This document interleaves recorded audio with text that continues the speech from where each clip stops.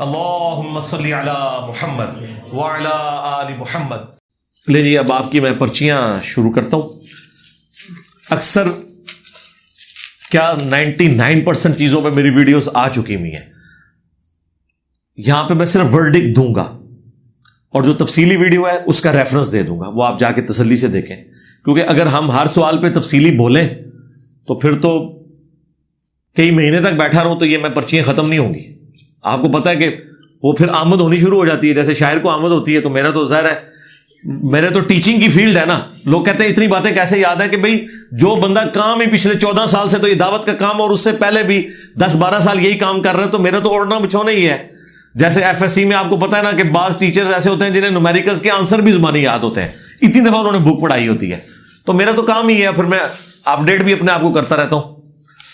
السلام علیکم۔ وعلیکم السلام۔ اگر مولا علیہ السلام کی محبت کی وجہ سے ان کے دشمنوں کے لیے دل میں نفرت پیدا ہو جائے تو اس کے بارے میں آپ کی کیا رائے ہے؟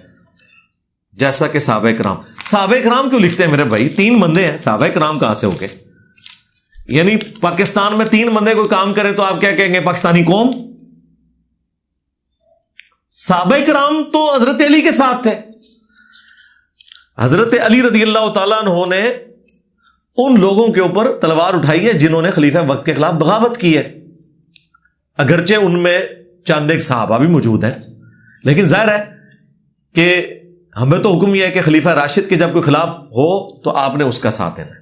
باقی رہ گیا ان کے بارے میں دل میں غل آ جانا، تو یہ پاسبل ہے، یہ تو مولا علی نے اپنے بارے میں کہا ہے فضائل صحابہ احمد بن حنبل کی کتاب میں المصنف ابن ابی شیبہ میں کہ میں اللہ سے امید کرتا ہوں کہ سورۃ الحجر کی آیت نمبر 47 یہ میرے، عثمان، طلحہ اور زبیر کے بارے میں کہ اللہ تعالیٰ قیامت کے دن ہمارے دل میں جو ایک دوسرے کے خلاف نفرت آ گئی ہے، غل آ گیا، میل آ گیا، وہ نکال دے گا اور پھر ہمیں جنت میں داخل کرے گا۔ اگر مولا علی علیہ السلام اپنے بارے میں یہ بات کر رہے ہیں تو آج مولا علی کی محبت میں اگر کسی کے دل میں دوسرے کے بارے میں آ جاتا ہے تو انشاءاللہ کوئی ٹینشن لینے کی ضرورت نہیں ہے، ہم مولا علی کے ساتھ کھڑے ہیں، کیونکہ صحیح مسلم میں حدیث ہے علی سے محبت نہیں رکھے گا مگر مومن، علی سے بغض نہیں رکھے گا مگر منافق۔ حضرت علی ہمارے لیے سینسٹیو ایریا ہے، ان کی محبت میں اگر کسی دوسرے کے بارے میں کوئی بات آ جاتی ہے وہ تو حضرت علی کہتے ہیں میرے دل میں خود آئی ہوئی ہے، ٹھیک ہے، حالانکہ ان کو معاف بھی کر دیا ہوا ہے، اور آپ تو شاید اس بندے کے بارے میں پوچھ رہے ہیں جس کے اوپر قنوت نازلہ پڑی ہے اور اسے معاف بھی نہیں کیا اور کہا کہ قیامت الدین اللہ کی بارگاہ میں اس کے اور میرے درمیان مقدمہ طے پائے گا، المصنف ابن ابی شیبہ میں موجود ہے۔ تو خیر ہے، کوئی ٹینشن لینے کی ضرورت نہیں۔ عذاب قبر کی کیا حقیقت ہے؟ جب انسان گناہ کی معافی مانگ لیتا ہے تو کیا پچھلے گناہ کا عذاب قبر ہوگا؟ نہیں ہوگا جی، جب توبہ کر لی تو سب کچھ معاف۔ عذاب قبر کی حقیقت یہ ہے کہ قرآن میں موجود ہے کہ فرعونی صبح و شام آگ پر پیش کیے جاتے ہیں، اور جب آخرت کا دن آئے گا تو بڑی آگ پہ پیش کیے جائیں گے، اور بخاری مسلم میں درجنوں احادیث موجود ہیں۔ امام بخاری نے اس آیت کو عذاب قبر والے چیپٹر کی ہیڈنگ میں ڈالا ہے۔ مسئلہ 117A میں نے 10 آیات سے عذاب قبر کا ثبوت دیا ہے قرآن سے۔ آپ عذاب قبر اور انجینئر محمد علی مرزا لکھیں یا 117A لکھ لیں، اور 117B میں نے 17 حدیث اکثر بخاری مسلم سے پیش کی ہیں، تو اس کو آپ تفصیلی دیکھ لیں انشاءاللہ۔ جو لوگ یہ کہتے ہیں کربلا میں 2 شہزادوں کی جنگ تھی، وہ کدھر کہتے نہیں، مر مر کے سارے کہنے والے، زندہ بھی تے مردہ بھی سارے، کیڑی پرانے زمانے کی گلاں کر رہے ہو، کتنے بیٹھے ہو؟ قرآن کریم اور احادیث ہم تک کس نے پہنچائی ہیں اور ان کی بنیاد پر ہم اپنے عقائد کی درستگی کر سکتے ہیں؟ جی، اس سے کوئی انگریزوں نے پہنچائی ہیں جی ہم تک، تو یہ دیکھ لو، یہ کوئی اجمیر شی والوں کا پرنٹنگ پریس ہے؟ یہ قرآن جو پرنٹ ہوا ہوا ہے کیا یہ بغداد شی والوں نے مطلب کوئی پرنٹنگ پریس بنایا؟ بتائیں نا، انگریزوں نے پہنچائی ہے۔ جاؤ چٹو قدم انہوں نے جا کے، تو پھر کیا کہیں گے؟ وہ کہیں گے نہیں وہ تو بخاری مسلم حدیث ہے، اللہ فاسق سے بھی دین کا کام لے لیتا ہے۔ سرکار ہم بھی فاسقین ہی سمجھتے ہیں، ہاں جی، دین کا کام اللہ تعالیٰ لیتا ہے، ٹھیک ہے، اور اللہ تعالیٰ کسی فاسق شخص سے بھی دین کا کام لے سکتا ہے، اس سے کوئی فرق نہیں پڑتا۔ ہم نے اس کو فالو کرنا ہے جو قرآن و سنت کے اندر لکھا ہوا ہے، ٹھیک ہے، یہ نہیں ہے کہ ہم نے ان لوگوں کو فالو کرنا ہے جو آپ کو وہ بات بتا رہے ہیں جو قرآن و سنت کے بالکل خلاف ہے۔ بابوں کی عزت کس وجہ سے تھی؟ کہ قرآن و سنت کے ماننے والے ہیں، پہنچانے والے ہیں، اور اگر بابے قرآن و سنت کے ساتھ غداری شروع کر دے تو آپ ان کی عزت کریں گے؟ آپ تو کہیں گے یار تم تو اتنے غدار ہو، تم تو یہود و نصارہ کو پیچھے چھوڑ گئے ہو کہ وہ تو کافر ہو کے انکار کر رہے ہیں، تم مسلمان ہو کے کہہ رہے ہو کہ قرآن و حدیث ڈائریکٹ نہ پڑھنا گمراہ ہو جاؤ گے۔ ٹھیک ہو گیا، لاجیکل بات ہے۔ بریلوی کہتے ہیں ایک جگہ اللہ فرماتا ہے کہ میرے علاوہ کسی کو سجدہ نہیں، ایک جگہ فرشتوں سے کہتا ہے کہ حضرت آدم کو سجدہ کرو۔ اس سے ثابت ہوا کہ انسان حضرت آدم کی طرح عیب ہو جائے تو اس سے سجدہ کر سکتے، بے عیب ہو جائے تو اس سے سجدہ کر سکتے۔ نہیں، کوئی بریلوی نہیں کہتا، یہ کسی جاہل نے آپ کو کہا۔ احمد بریلوی صاحب نے پورا ایک رسالہ لکھا ہے کہ سجدہ تعظیمی حرام ہے۔ ابو داؤد کی، ابن ماجہ کی حدیث لی ہے، تو ایک صحابی نے حضور کو سجدہ کیا تھا، حضور نے فرمایا سر اٹھا صلی اللہ علیہ وآلہ وسلم، یہ کیا کر رہا ہے؟ ان کا میں ہیرا نامی شہر میں گیا، وہاں لوگ اپنے سردار کو سجدہ کرتے ہیں، آپ تو اللہ کے نبی ہیں، ہم آپ کو سجدہ کیوں نہ کریں؟ تو آپ نے فرمایا جب میں فوت ہو جاؤں گا تم میری قبر سے گزرو گے، کیا میری قبر پہ بھی سجدہ کرو گے؟ انہوں نے کہا نہیں یا رسول اللہ۔ فرمایا پھر مجھے کیوں سجدہ کر رہے ہو؟ اگر میں سجدہ جائز سمجھتا تو بیویوں سے کہتا کہ اپنے خامدوں کو سجدہ کریں اس حق کے سبب جو اللہ نے دیا ہے۔ تو اس کے تحت سجدہ تعظیمی حرام ہے۔ حضرت آدم علیہ السلام کو جو سجدہ ہوا تھا وہ سجدہ تعظیمی تھا، اس وقت وہ اجازت تھی۔ حضرت یوسف علیہ السلام کو بھی سجدہ کیا گیا، سجدہ عبادت نہیں تھا۔ سجدہ عبادت ہمیشہ سے اللہ کے ساتھ خاص رہے، تعظیمی سجدہ اس امت میں حرام ہو گیا۔ ختم نبوت کی برکت سے اس امت میں کشف و الہام ختم ہو گیا، اور ختم نبوت کی برکت سے ہی توحید آخری درجے میں اسٹیبلش ہوئی ہے کہ اب غیر اللہ کو سجدہ تعظیمی بھی نہیں ہو سکتا، اور یہ ایگریڈ اپان مسئلہ ہے، ذہن میں رکھیے گا۔ کسی مسلمانوں کے فرقے کا اس میں اختلاف نہیں ہے، کیونکہ حدیثیں موجود ہیں۔ تو اس لیے وہ جو آپ کو کہہ رہے ہیں نا وہ بریلوی نہیں ہے، انہوں نے اپنی طرف سے کوئی بات کر دی۔ احمد بریلوی صاحب نے تو احکام شریعت میں لکھا ہے کہ سجدہ حرام ہے، طواف حرام ہے، البتہ قبر کو بوسہ دینے میں اختلاف ہے، لیکن احوط یہ ہے کہ نہ دیا جائے، یعنی احتیاط اس میں ہے کہ قبر کو بوسہ نہ دیا جائے، نہ قبر کو ہاتھ لگایا جائے، اور نہ حد رکوع جھکا جائے۔ تو وہ کوئی جاہل آپ کو ٹکرا ہے، کسی عالم کا نہیں ہے۔ آپ کے اسٹوڈنٹ ایک نام لکھا ہے جو کچھ ہفتے پہلے انتقال کر گئے، آپ سے ملاقات کی خواہش رکھتے تھے۔ میں آپ کو یقین سے کہتا ہوں جس دن فوت ہوئے ہوں گے اس دن بھی میں نے دعا کی ہوگی الحمدللہ۔ میں بلا ناغہ جتنے زندہ اسٹوڈنٹس ہیں، جتنے فوت ہو چکے، جتنے ان کے رشتہ دار ہیں، ان کے لیے دعا کر کے رات کو سوتا ہوں الحمدللہ۔ تو ان کے لیے بھی دعا ہوگی، آج اینڈ پہ بھی میں دعا سب کے لیے کرواتا ہوں۔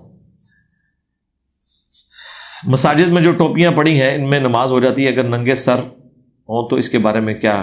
ننگے سر مرد کی نماز درست ہے میرے بھائی، آپ مسجد کی ٹوپی کے اوپر کیوں رلائے کیے؟ میں ایک جالی والی ٹوپی اپنی جیب میں یار رکھ لیں، نماز کے وقت آپ اس کو سر پہ رکھ لیں، ٹھیک ہے؟ آپ وہ بھیگ مانگنے والی ٹوپیاں پلاسٹک کی، ان سے تو بہتر ہے ننگے سر نماز پڑھیں۔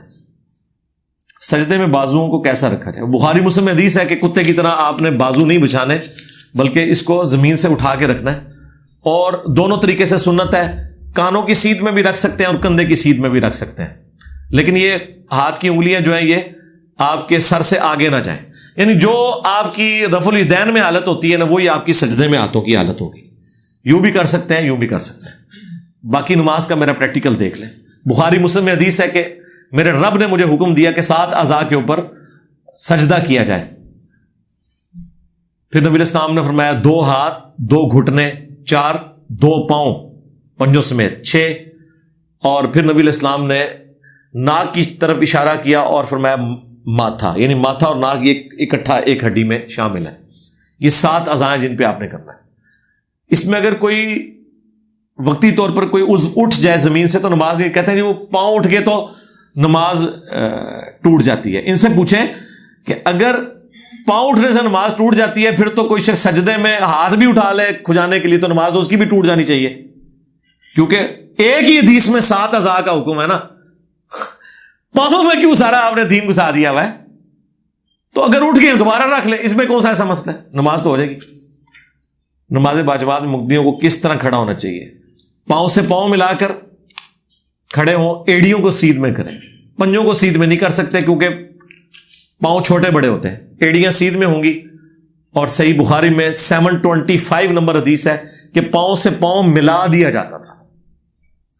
وہ جو ٹخنا ملانا ہے وہ ٹخنے جوڑنے نہیں ہوتے، ٹخنے سیدھ میں کرنے ہوتے ہیں، لیکن پاؤں تو مل جائیں گے، یعنی ایڑی کے ساتھ ایڑی مل جائے گی، اور پاؤں قبلہ رخ ہونے چاہیے، اور اپنے جسم کے مطابق جب آپ پاؤں کھولیں گے تو پھر آپ کا کندھے سے کندھا بھی ملے گا۔ اگر پاؤں زیادہ کھول دیے تو نہیں ملے گا، کم کھول دیے تو پھر بھی مسئلہ کھڑا ہو جائے گا. تو آپ پریکٹیکل نماز کا طریقہ میرا دیکھ لیں. فَإِنَّ اللَّهَ هُوَ مَوْلَاهُ وَجِبْرِيلُ, بالکل رسول اللہ کے مولا ہیں اللہ, جبرائیل اور مومنین. یہ آیت پیش کر کے ایک سنی بھائی نے اپنے بابے, ٹھیک ہے کوئی حرج نہیں ہے, مولا ہے کوئی شک نہیں, مولا ہے نا, اللہ کے نیک بندے ہمارے مولا ہیں, لیکن وہ نیک بندہ جو سامنے موجود ہے, جو فوت ہو گیا ہوا ہے, اس سے تو آپ کی کمیونیکیشن ہو نہیں سکتی نا. نبی علیہ السلام نے غزوہ خیبر پہ حضرت حمزہ کو تو نہیں بلایا, حضرت علی کو بلایا. کہتے نہیں مولا علی کو بلایا تھا تو مدد کے لیے بلایا تھا. بھئی مدد کے لیے کیا بلایا تھا, مدد کرنے کے لیے بلایا تھا. ان کی تو آنکھیں نہیں کھل رہی تھی, حضور نے اپنا لعاب ڈال کے پہلے تو ان کو ٹھیک کیا ہے. تو مدد مولا علی نے حضور کی مدد کی ہے, حضور نے مولا علی کی مدد کی ہے. اگے ٹور پہنے پہلے سٹارٹ دے لو, آج تک کسی کا دماغ نہیں اس پاسے کیا. مولا علی تو اس جنگ میں شریک ہی نہیں تھے, اسی وجہ سے کہ ان کو عشوب چشم تھا. تو اب ظاہر عشوب چشم کی وجہ سے آپ آنکھ تو کھول نہیں سکتے, تو کیسے لڑیں گے. تو رسول اللہ نے ان کی مدد فرمائی ہے. بخاری مسلم میں آئے, مبارک لعاب لگایا, پھر ان کی آنکھیں ٹھیک ہوئی, پھر آپ نے ان کو زرہ باندھ کے روانہ کیا ہے. تو یہ تو نہیں مولا علی سامنے موجود تھے, تو بالکل یہ تو نہیں ہے کہ نبی علیہ السلام جو ہے وہ بدر اور احد کے شہداء کو زندہ کر کے اپنے ساتھ لے گئے تھے خندق لڑنے کے لیے یا خیبر میں لڑنے کے لیے. تو بالکل ٹھیک ہے, مولا ہے نا, کیوں نہیں ہے. مولا دوست کے معنوں میں بھی ہیں, پشت پناہ کے معنوں میں بھی ہیں, ولی بھی ہیں, سب کچھ ہیں. قرآن و سنت کی روشنی میں نبی پاک علیہ السلام کی کتنی بیٹیاں ہیں. یہ تو اتفاق ہے جی, یہ چند ایک غالی رافضیوں نے یہ جھوٹ مشہور کیا ہے کہ وہ نبی علیہ السلام کی 3 حقیقی بیٹیاں نہیں تھیں. ایران کے شیعہ بھی نبی علیہ السلام کی, وہاں پہ بھی کافی سارے لوگ ہیں جو 4 بیٹیاں مانتے ہیں, اور اہل سنت بھی مانتے ہیں 4 بیٹیاں ہیں. بلکہ نہج البلاغہ میں حضرت عثمان غنی رضی اللہ تعالیٰ عنہ کو جو حضرت علی سمجھانے گئے ہیں, تو وہاں الفاظ ہیں کہ اے عثمان, تیرا سٹیٹس ابو بکر عمر والا نہیں ہے, تجھے نبی علیہ السلام کی رشتہ داری کا قرب بھی حاصل ہے, لہذا تم سے اگر کوئی مسئلہ مس ہینڈل ہوتا ہے نا, تو یہ بڑی چیز ہے, کیونکہ تم رسول اللہ کے داماد ہو, یہ اس میں الفاظ ہیں. تو یہ خام خواہ انہوں نے ایک جھگڑا بنایا ہوا ہے. سب سے بڑا غالی رافضی جو امام خمینی کو کافر سمجھتا ہے, اتنا بڑا غالی ہے وہ کہ امام خمینی کو نہیں صحیح سمجھتا, کافر کہتا ہے انہیں. وہ خود اتنا بڑا ہوا ہے. یاسر الحبیب وہ بھی مانتا ہے کہ نبی علیہ السلام کی 4 بیٹیاں. اگر کوئی موقع پکڑنے والا ہوتا تو وہ تو نہ جانے دیتا. جو حضرت ابوبکر عمر عثمان کی تکفیر کرتا ہے وہ بھی کہتا ہے حضور کی 4 بیٹیاں. یہ پاکستان کے شیعہ کے 2 مسئلے بالکل فراڈ پہ مبنی ہیں. نمبر 1 کہ حضور کی ایک ہی بیٹی تھی, اور دوسرا یہ کہ سید کا غیر سید سے نکاح نہیں ہو سکتا. امام خمینی نے اپنی بیٹی غیر سید کو دی ہوئی ہے. یہاں جذباتی ایک ڈاکٹرن چل رہی ہے. مکروہ کی اسلام میں کیا حقیقت ہے؟ ایک تو مکروہ ہے جو فقہا نے مکروہ بنایا ہوا ہے, مکروہ تحریمی, مکروہ تنزیہی کے اعتبار سے کراہت والی چیزیں. اس میں جو بڑے لیول کی یعنی جو خرابی والی چیز ہے اسے مکروہ تحریمی کہہ دیتے ہیں, اور جو چھوٹے لیول کی ہے اسے مکروہ تنزیہی کہہ دیتے ہیں. لیکن یہ سوال چونکہ جنرل ہے, اسپیسیفک کسی چیز کے بارے میں پوچھا جاتا تو میں بتاتا. مثلا میں آپ کو چلے خود ہی مثال دے دیتا ہوں. تھوک پاک ہے, لیکن تھوک چاٹنا اپنا, اس کے اوپر کوئی شریف فتویٰ تو نہیں لگے گا سوائے اس کے کہ اس میں کراہت ہے. پسینہ پاک ہے, ناپاک ہوتا تو ہمارے کپڑے ناپاک ہو جاتے, لیکن کوئی شخص اپنا پسینہ چاٹنا شروع کر دے تو کراہت والی چیز ہے, گھن آتی ہے, اس سے ہے پاک ہے. تو جو چیز اپنی اصل میں پاک ہے, بعض اوقات اس کے ساتھ کراہت والا ایشو جڑا ہوا ہوتا ہے, تو اس اعتبار سے بات کی جاتی ہے. شریف فتویٰ اس میں کوئی نہیں ہوتا. شریعت میں بچوں کی پیدائش میں وقفے کے متعلق بالکل جی عورت کی صحت کے اعتبار سے ضرور کرنا چاہیے. باقی کوئی یہ وہ چیزیں جو اللہ تعالیٰ نے اجتہاد کے اوپر چھوڑی ہوئی ہیں. یہاں پہ لوگ اس طرح کی چیزوں کو دیکھیں. عورت کی جو صحت ہے اس کا خیال رکھنا بھی ضروری ہے. آج کل تو اکثر شادیاں ہو رہی ہیں تو عورتیں پریگنینسی کے لیے کنسیو ہی نہیں کر رہی, اس وجہ سے کہ ان کی خوراک ٹھیک نہیں ہے, ان کی تربیت بڑے نخروں میں ہوئی ہوئی ہے, اور وہ معاملات آگے اس طرح لے کے چل نہیں سکتی. تو میڈیکلی بھی اپنے ایشوز کو دیکھیں. باقی وقفہ اس حوالے سے میری ویڈیوز ریکارڈڈ ہیں, وہ آپ دیکھ سکتے ہیں. فیملی پلاننگ اور انجینئر محمد علی مرزا لکھیں تو ویڈیو کھل جائے گی. 5 سال کہ شادی کے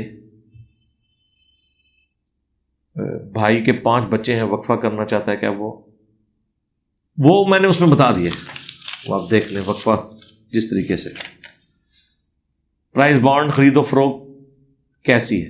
جو پرائز بانڈ گورنمنٹ کی طرف سے ہوتے ہیں نا، جو جن کی اصل رقم ڈوبتی نہیں ہے، وہ تو ٹھیک ہے، باقی جس میں اصل رقم ڈوب جاتی ہے، انعام نکل آیا تو ٹھیک، نہ نکلا تو فارغ، تو وہ تو جوئے میں آتا ہے۔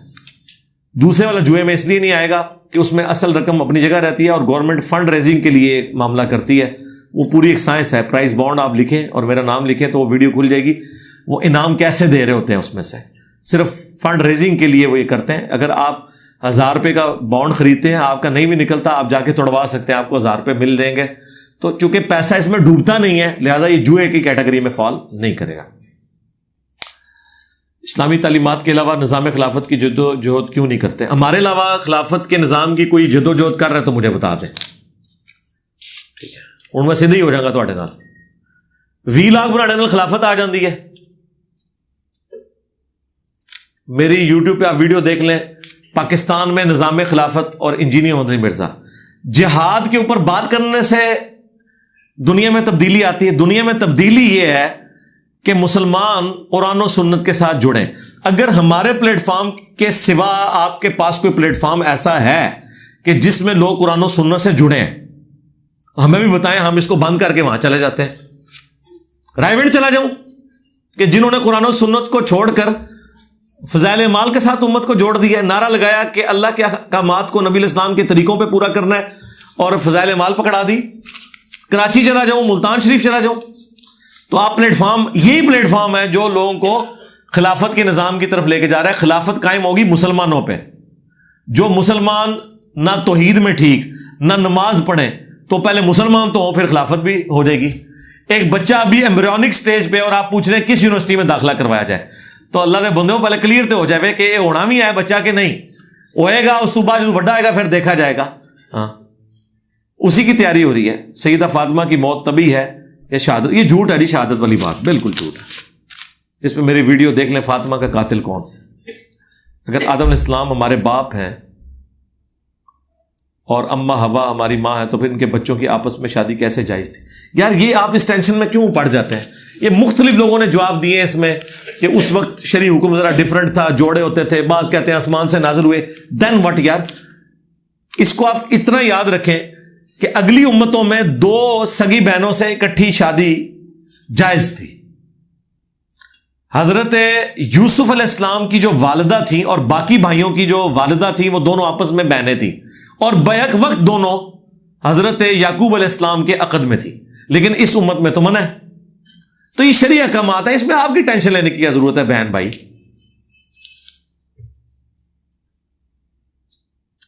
جیسا کہ آپ نے 2 سال پہلے فینومینا آف نیچر کے بارے میں کافی زیادہ گفتگی اور لوگ قانون قدرت سے صحبت رکھتے تھے، آپ کے ساتھ منسلک ہوئے، پلیز اس طرح آپ کچھ اختلافی موضوعات سے ہٹ کر اخلاقیات اور شان رسالت پر بھی، میرے علاوہ تو نہ کوئی اخلاقیات پہ بول رہا ہے نہ شان رسالت پہ بول رہا ہے میرے بھائی، ہر ٹاپک پہ فوراً ورڈک دے دیتے ہیں۔ دنیا کا کون سا ٹاپک ہے جس پہ ویڈیو نہیں ریکارڈ؟ آپ دیکھیں ہر طرح کی ریکارڈڈ ہے الحمدللہ۔